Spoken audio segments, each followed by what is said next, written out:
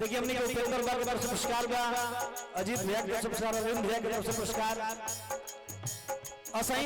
ई प्यार आशीर्वाद हर कलाकार पे बनल रहे आप सभी की तरफ से। राह चली लटको के लासुमर सैया जी काहे अनथिया गढ़वल उधार सैया जी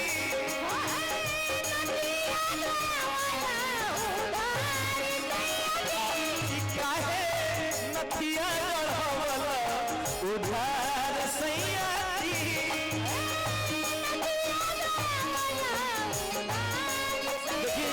चुमचुम बाबा और फौजी भैया भैया पुरस्कार बा। और देखिए हमारा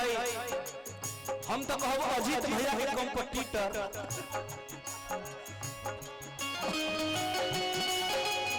के तरफ से पुरस्कार कॉम्पिटिटर अजीत भैया अनिकेत भैया बार बार प्रणाम बा। कि लाली लाली होता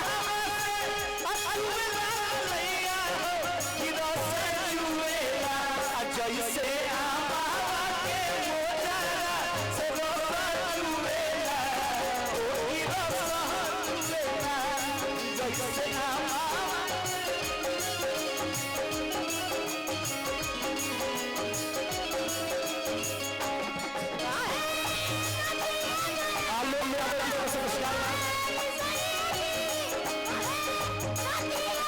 देखिए हमने के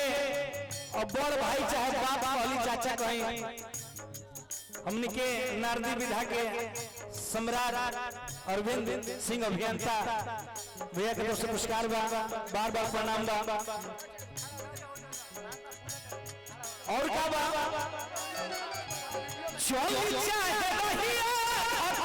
चली चाहे बोली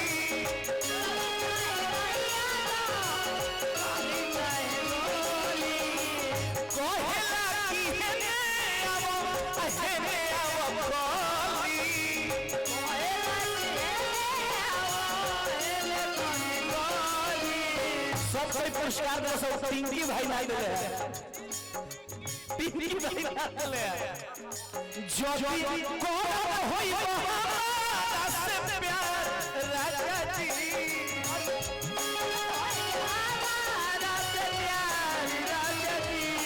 ज्योति को होई बहार से प्यार सैया जी आजा के आप ये चुका उधार सैया जी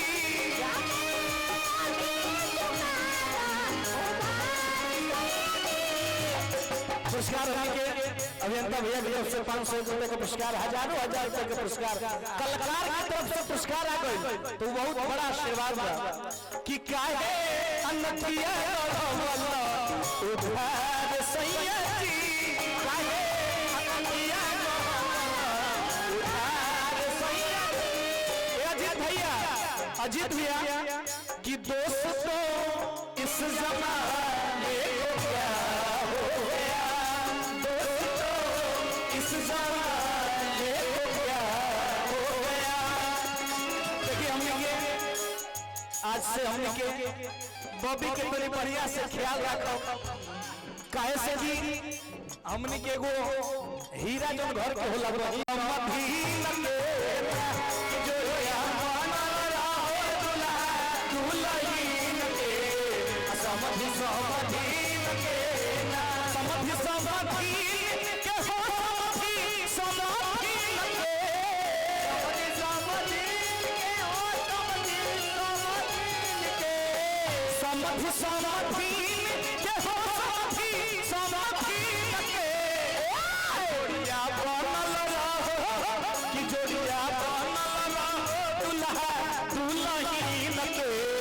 समधि सहमधि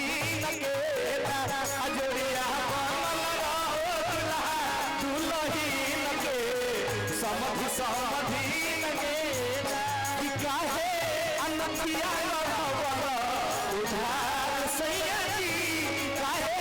अनथिया उधार सैया जी। और गीत के भाव और चाचा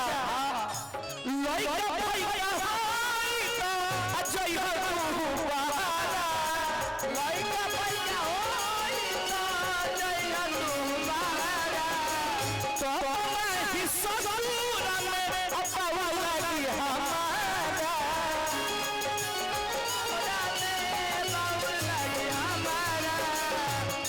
ज्योति करत होई हमारा से प्यार सैया जी कि ज्योति करत होई हमारा से प्यार सैया जी जाके आयो पिए चुका उधार सैया जी हम सब ने पुरस्कार बार बार बनावा उधार सैया जी काहे अनकिया गवाला उधार सैया जी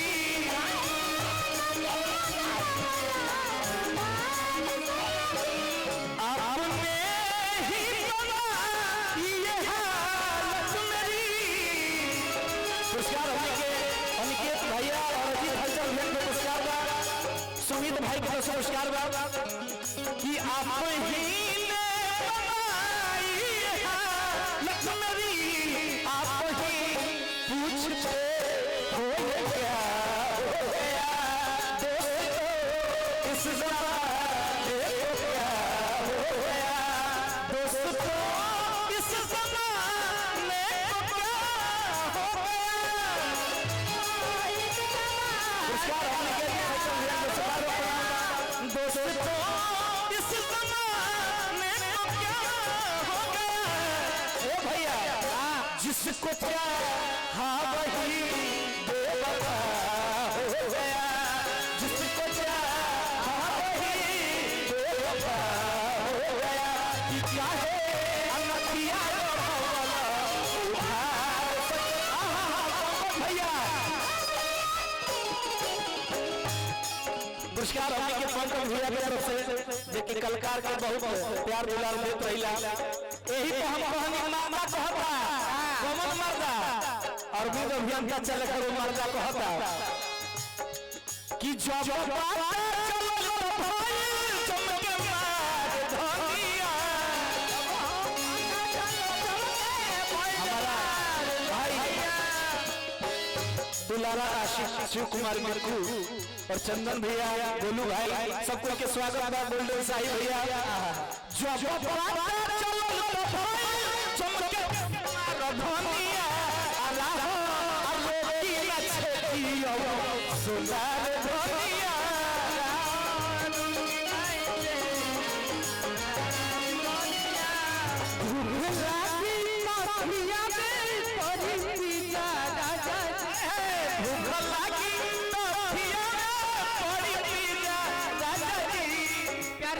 से पहले सोच लो नतीजा राजा जी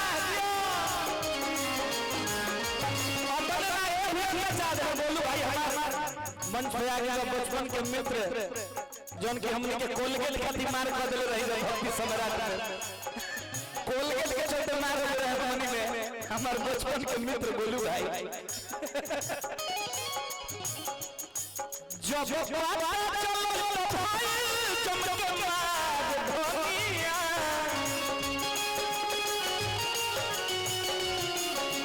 जब बात चलो भाई चमके मार धनिया अल्लाह रोटी न छेकियो सुनार धनिया